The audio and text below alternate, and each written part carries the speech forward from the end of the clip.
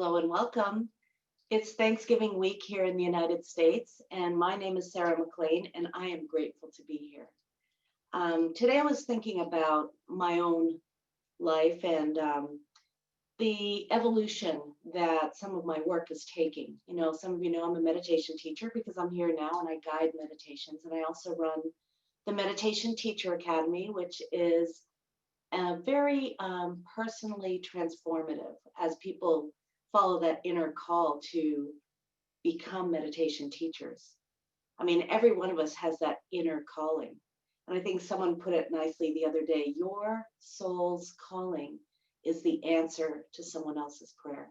Whatever your soul's calling is, whether it's to make music, to be a minister, to sit in meditation, to garden, to make something beautiful to serve at a meal, your soul's calling is the answer to someone's prayer. What does that feel like to really feel into that? Maybe you're not really clear about what your calling is, and maybe you're so clear about it and it hasn't been made manifest. But the one thing I can tell you, and it's from the Upanishads, which is an ancient Vedic text, says what you are, what your deep driving desire is. You are that, and that desire in you is not accidental. That desire in you is the answer to someone's prayer. That desire in you is the expression of the love that lives through every single one of us and individuates in you, in your personality, in your soul. It's like the big ocean of consciousness has this wave, and we call it you. And this wave has a certain manifestation, a certain location and time and space, certain qualities, and a certain desire. So your desire is not accidental, whatever it may be, to write a book, to sing a song, to dance like no one's watching. Anyway, so we're going to meditate today.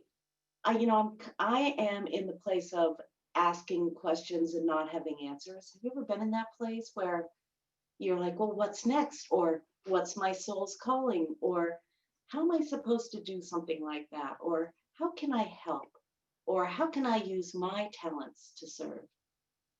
I don't know about you, but sometimes asking those questions and being met with some sort of energetic dial tone is a challenge.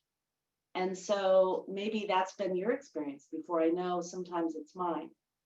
So I like to cultivate a couple of qualities to hang out in that dial tone experience with. The first is I like to cultivate the experience of contentment. Eckhart Tolle says, give up waiting. So what do you do when you're not waiting? You can practice contentment, you can practice gratitude, and you can practice serenity or surrender. So today I thought we could practice a little serenity.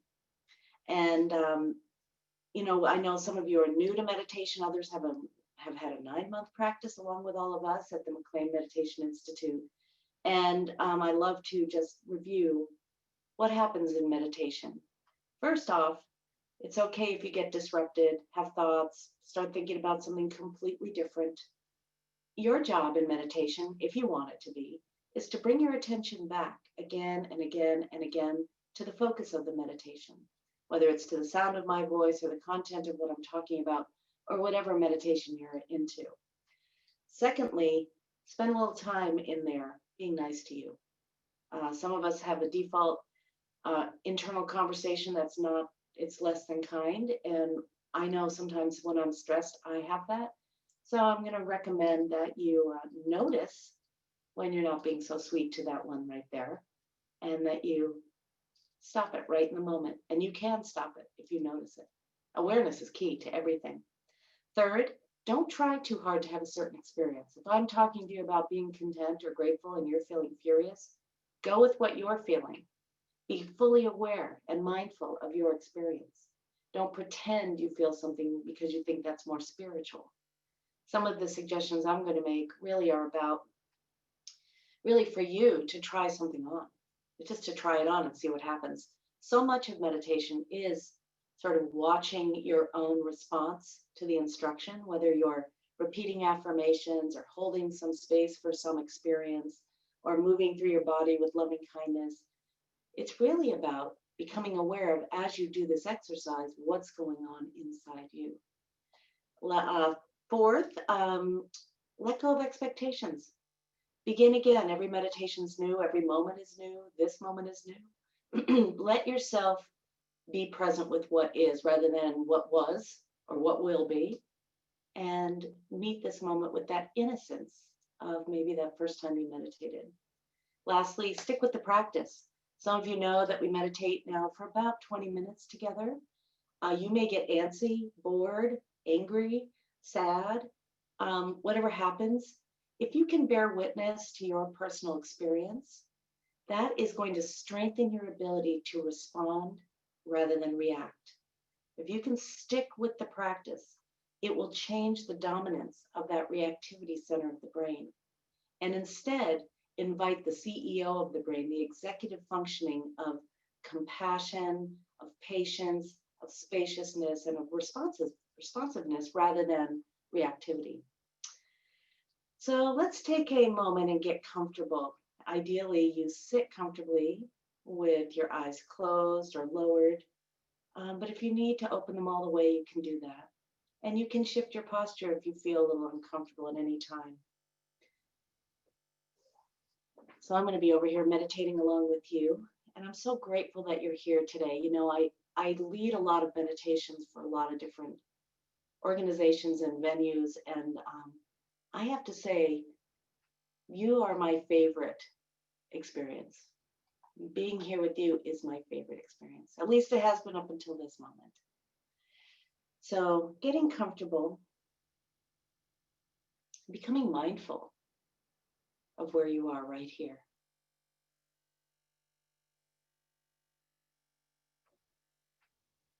See what happens when you invite the feeling of contentment to be right here, right now. Being content with how you physically feel, even if it's not as pleasant as you want it to be. Practicing contentment for whatever emotions are coming and going through your awareness.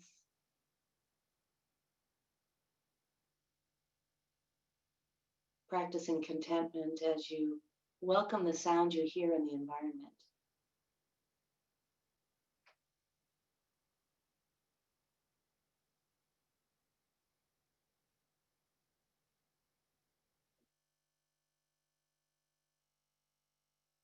Inviting that experience of contentment, this experience of being content right here, right now.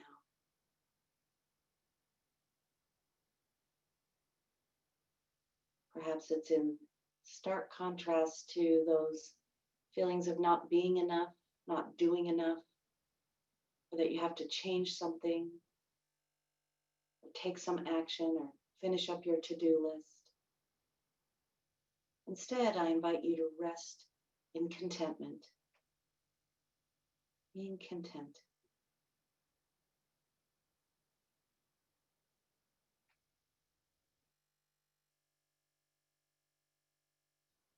Begin now to soften your face, your brow, lower your shoulders, noticing where your arms are and where your hands are, and tuning into the sensations that are present.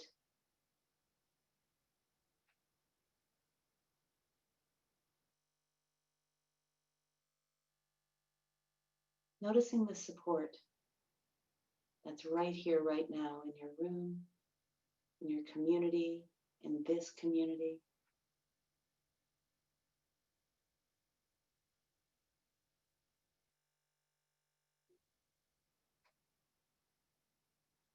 And resting right here, right now, in the beingness, in your existence, in that non-doing aspect of you.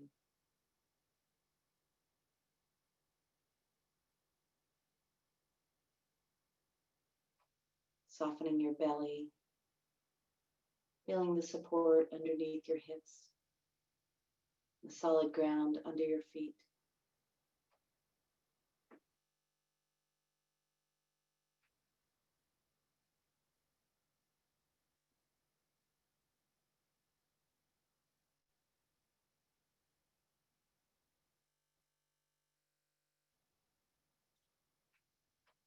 Tuning in now to your breath and the way the body responds to the inhale and the exhale.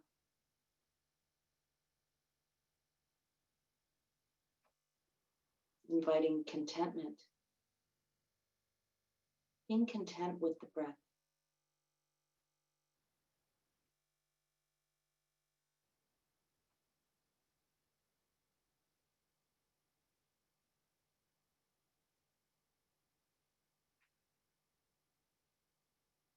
Inviting serenity,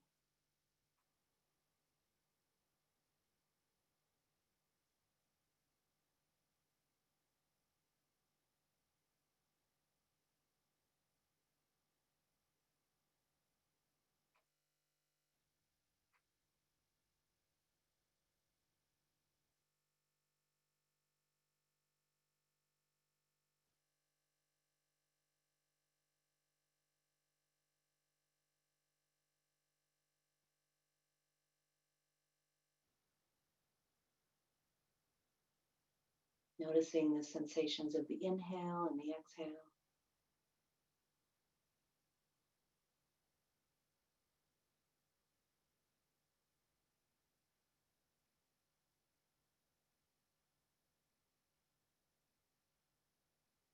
And letting everything be as it is right now.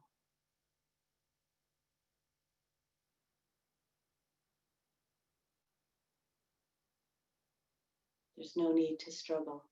There's no need to change anything.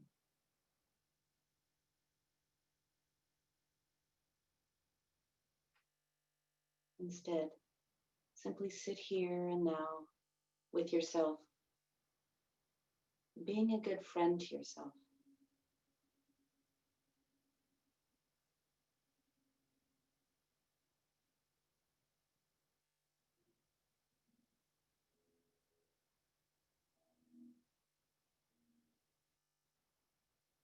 Whether you feel some discomfort or comfort, whether your emotions are joyful or sorrowful, whether you feel stressed or peace. Remember that you alone are the one who adopts and invites the feelings of contentment, serenity, and gratefulness.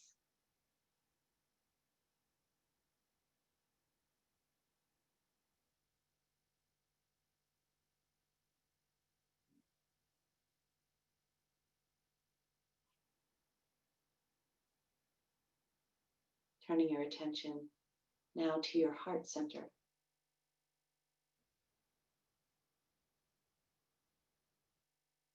Noticing that gentle rise and fall of your chest.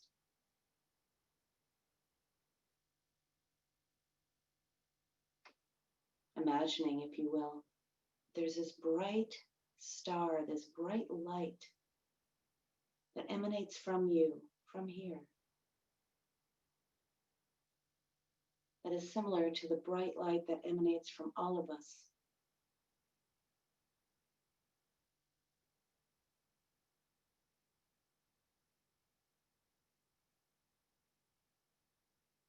And as you breathe in and out of this heart space, you might see, feel, or imagine this glow, this inner glow get brighter and brighter.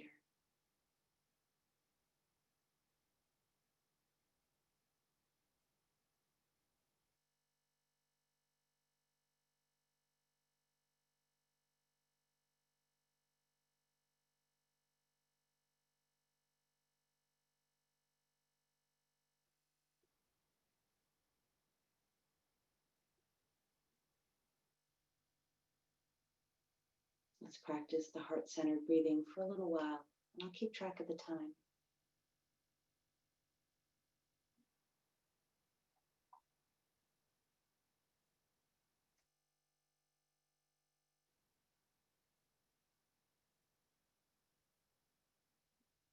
If you'd like to invite a mantra, you can invite the mantra Aham Prema. Aham, I am. Prema, pure love. Aham Prema, I am pure love, which is content and serene and grateful.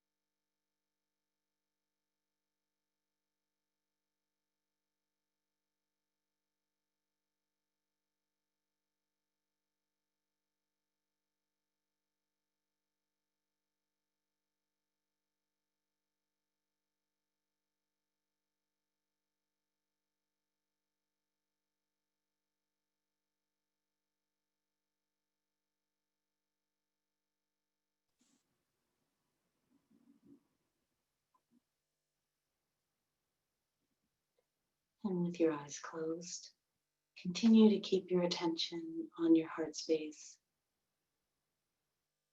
Let go of the mantra if you're repeating it.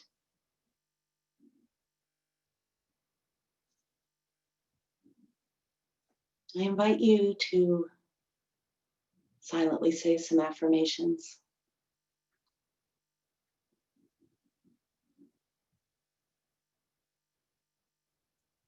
May I be a good friend to myself, whether I'm gaining or losing, whether I'm joyful or sorrowful, whether I feel blamed or praised,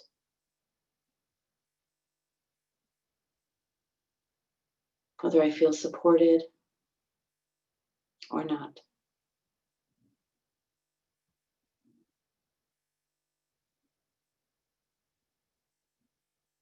May I be a good friend to myself, even if I'm unsure as to my next steps.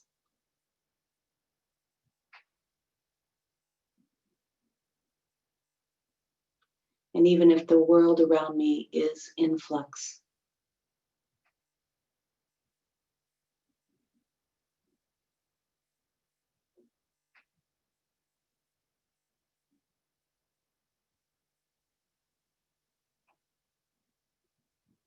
May I remember that my peace of mind depends on me,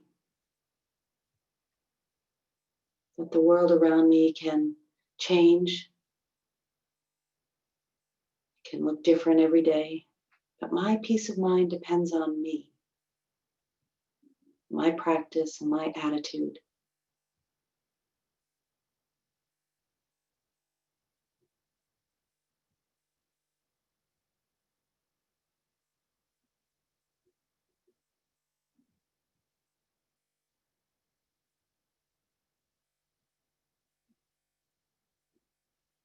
May I be willing to be a good friend to myself in all circumstances.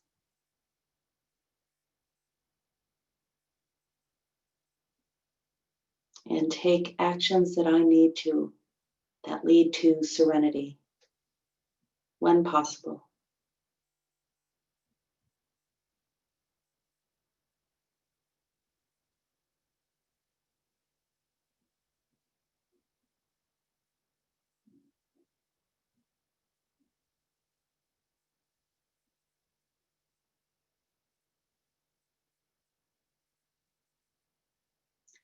May I continue to connect to the love that lives through me as me.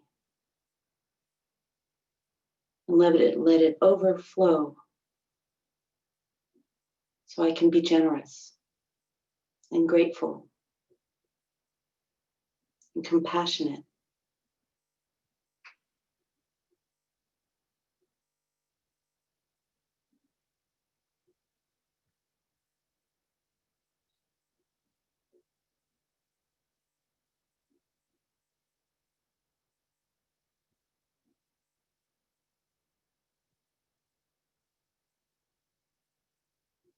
May I remember there's wisdom in uncertainty.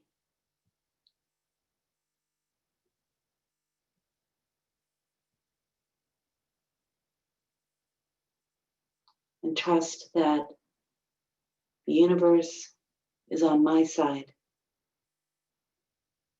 and is always conspiring to enlighten me and everyone around me.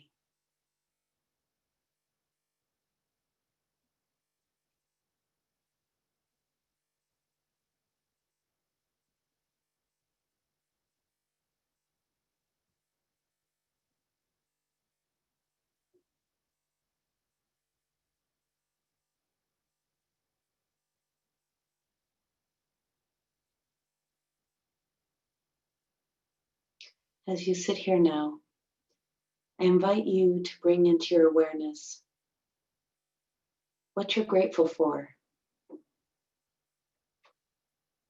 whatever it may be, a person, a capability, an attitude, your practice.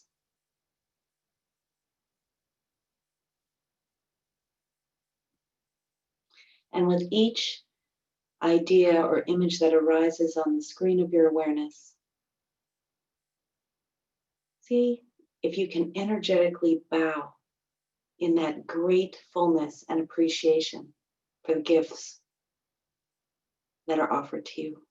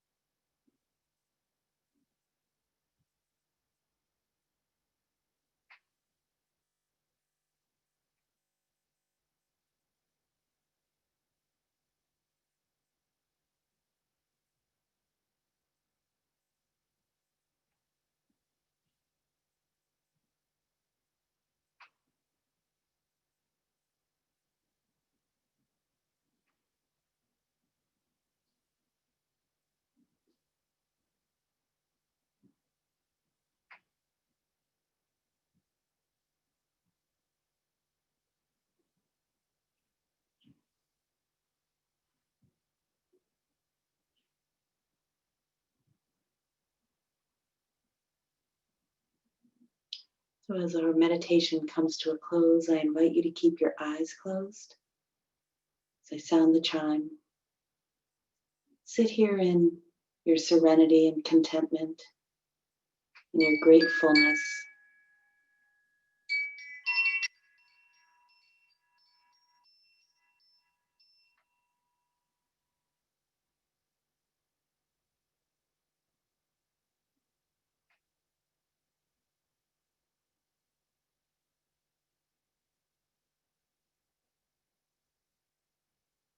You might deepen your breath a little bit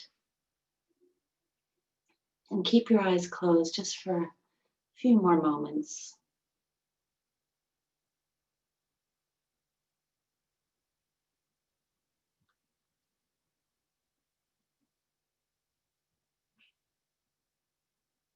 Begin to notice the body, notice the support around you, notice the sounds around you. And I invite you to adopt an attitude of gratitude as you begin to open your eyes when you're ready. Whatever your eyes land on, simply recognize the gratefulness in your life. Maybe say thank you, whether it's to a pen or a computer screen or your animal, your dog, your cat, your cup of coffee or tea.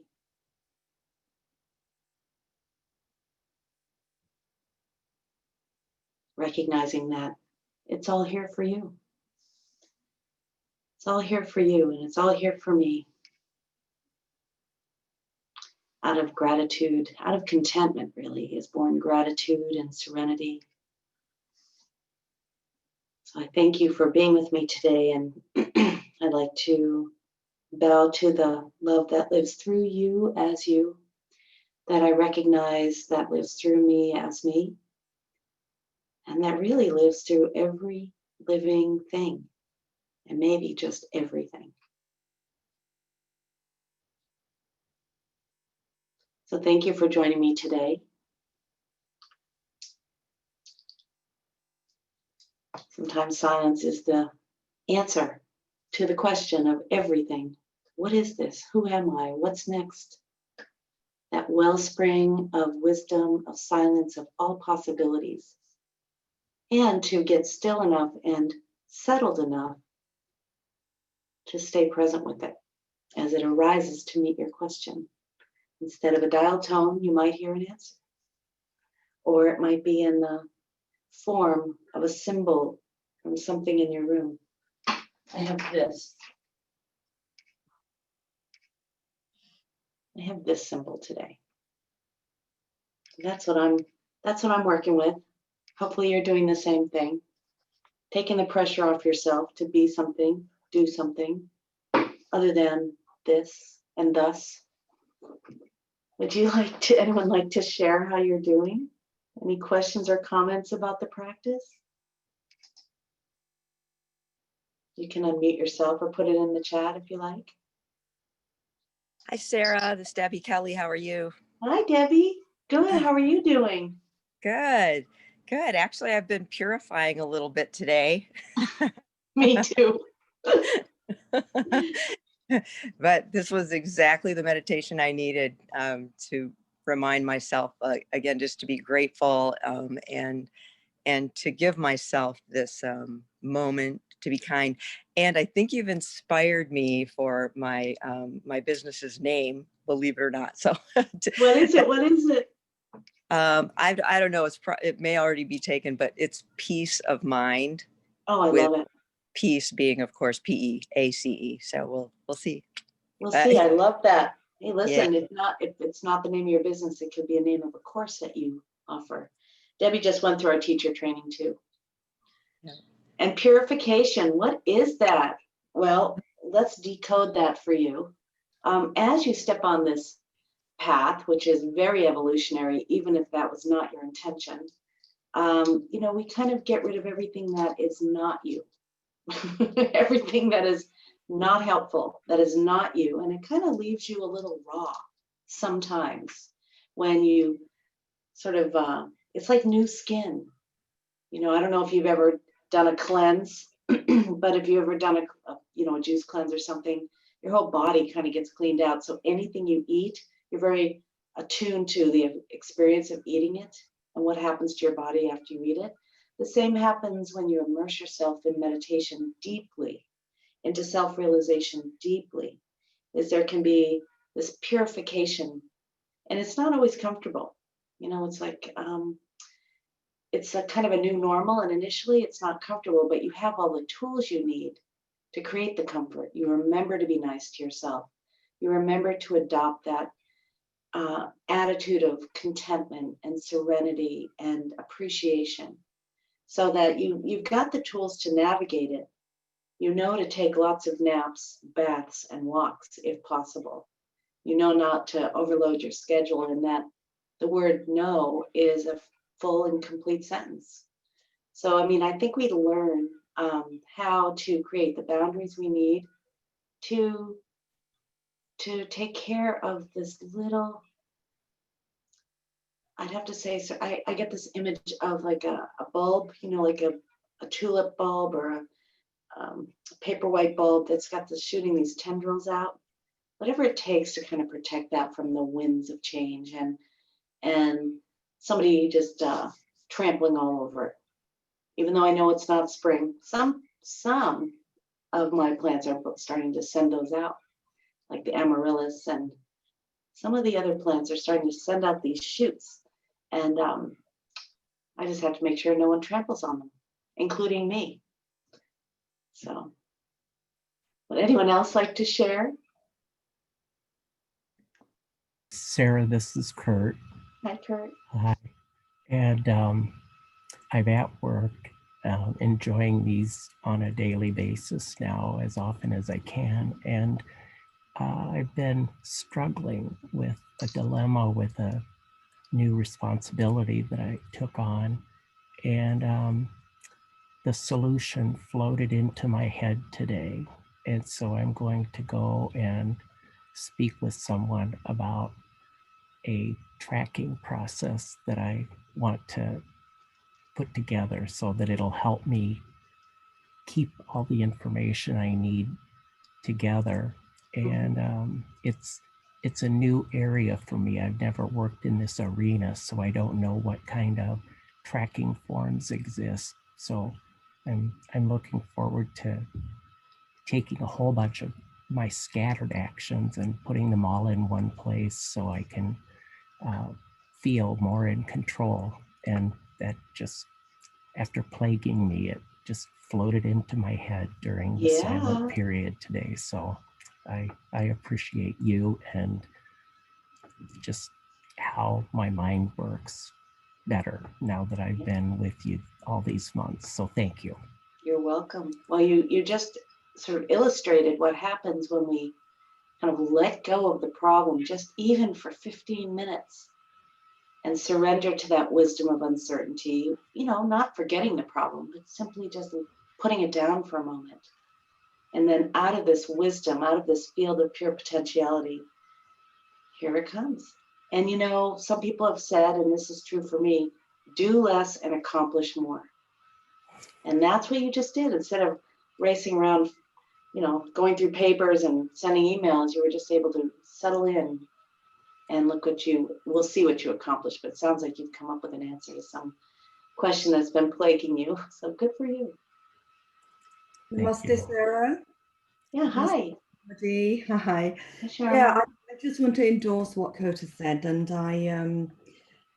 I love your sessions because you keep the message very simple, and it's almost seamless to meditate with you. But also, what Kurt was saying, I do find that even meditating for a few minutes, I get clarity of thought.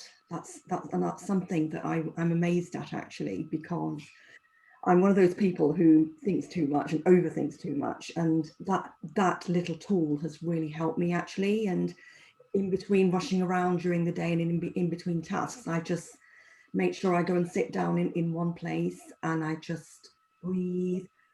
And after a few minutes, I begin to see clearly and think clearly. So it's amazing. Thank you. You're welcome. I think the key is to take the pressure off yourself to come up with the answer.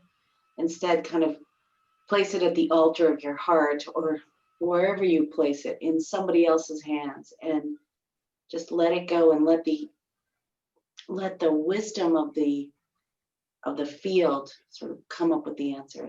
It comes up with the answer when it comes to plants and animals, the way the earth turns, the way the stars sparkle. I mean, it can handle other things. And here's the thing is you give up waiting. You give up waiting in the meditation, and that's that application of contentment, which I find to be such a practice, this practice of just settling into contentment. And you can, when you do that, I don't know if you notice this, but the mind wants to go, but wait, you can't be content because look what you have to do. And then it's like, thank you for sharing. I'm just going to settle into this contentment. But wait, you should probably, it's like, no, I'm content right here. And then the complaints, but that dog shouldn't be barking, or that you should really, maybe you need to do more laundry. It's like, okay, I'm just going to sit right here. And it's not that you're giving up. It's just, it's like you're pulling back that bow and arrow before you take aim for the rest of your day. It really gives a lot of clarity. And whether the answer comes in meditation, which in my case, it generally does not. Kurt, you're very lucky. And generally it does not. I have to just be grateful and be present with all the beauty around me, and it will remind me of what needs to be done. Whether it's my little be kind to yourself little tag, or whether it's this candle, you know, that is willing to shine for me and for you. So yeah, it's just nice to take that time out for a time in.